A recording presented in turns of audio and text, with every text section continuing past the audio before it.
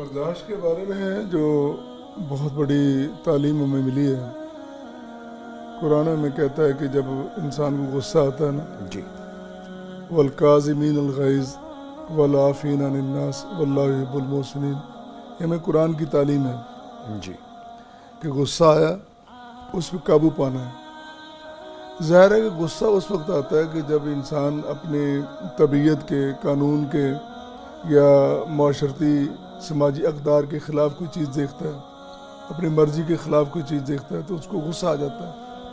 تو اس غصے پہ قابو پانا، اس کی تعلیم بھی ہمیں قرآن نے دی ہے۔ دوسری بات یہ ہے کہ صبر اور ضبط صرف ماڑے اور کمزور بندے کو نہیں ہے، جو طاقتور ہے نا اس کو یہ سکھایا گیا کہ یہ طاقتوری یہ ہے کہ تو ایسے نہیں کہ چڑھ دوڑے، بلکہ اس طاقت موجود ہے، تو بدلہ لے سکتا ہے، تو انتقام لے سکتا ہے، پھر بھی تو نے صبر کرنا۔ لیس الشدید بالسرعہ، یہ نہیں کہ تمہارے پاس ہمت اور طاقت موجود ہے اور تم اس کو گرا لیتے ہو، بلکہ فرمایا کہ تمہاری پہلوانی اور طاقتوری یہ ہے کہ اپنے آپ پہ کنٹرول رکھو، اپنے جذبات پہ، اپنے غصے پہ، اپنے اندر برداشت۔ یہ نبی کریم علیہ السلام کی تعلیمات ہیں، قرآن بھی سکھا رہا ہے اور حضور نبی کریم علیہ السلام ہمیں یہ تعلیم دے رہے ہیں۔ تو ایسے واقعات جب ہوتے ہیں یا کہیں بھی کوئی واقعہ ہوتا ہے، ہمارے گھر میں کوئی واقعہ ہوتا ہے، پارٹی کے اندر، تنظیم کے اندر، ہم دیکھتے ہیں کہ ہماری مرضی کے خلاف کوئی بات ہو رہی ہے تو فوراً ہمیں ری ایکشن نہیں دے دینا چاہیے، فوراً ہمیں نہیں چڑھ دوڑنا چاہیے اور بھاگ کھڑے ہونا چاہیے کہ یہ معاملہ ہم نے ضرور کرنا ہے، بلکہ معاملات کو سمجھیں۔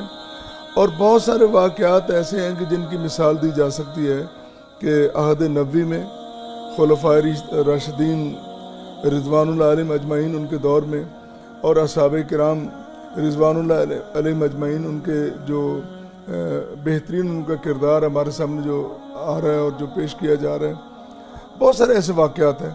جی، تو یہ واقعات، یہ تعلیمات طاقوں میں سجا کے رکھنے کے لیے نہیں ہیں، بلکہ عملی طور پر اپنانے کے لیے ہیں۔ اللہ اکبر۔ اور ہم نے ان کو آج کل اس دور میں بالکل ہی پس پش ڈال دیا ہے۔ ایک طرف تو ہم جہالت کے اندھے گڑھے میں پڑے ہوئے ہیں کہ ہم سوچنے سمجھنے کی صلاحیت سے آ رہی ہیں، ہم نے یہ تحقیق کرنا سوچنا ہی چھوڑ دیا، اور دوسری طرف عقل کو ہم نے اتنا معیار بنا لیا ہے، اتنا آگے کر لیا ہے کہ جو آپ کی عقل کہتی ہے آپ کہتے جائیں، جو آپ سوچتے ہو وہ کہتے جائیں، برملا اس کا اظہار کرتے ہیں۔ یہ بھی کوئی عقل نہیں ہے کہ آپ آزادی اظہار رائے کے نام پر جو آپ کے تصور میں بات آتی، بلکہ عقل کا لفظ سامنے آیا تو میرے ساتھی بیٹھے، آپ بھی سن رہے ہیں اور علماء بھی سن رہے ہیں۔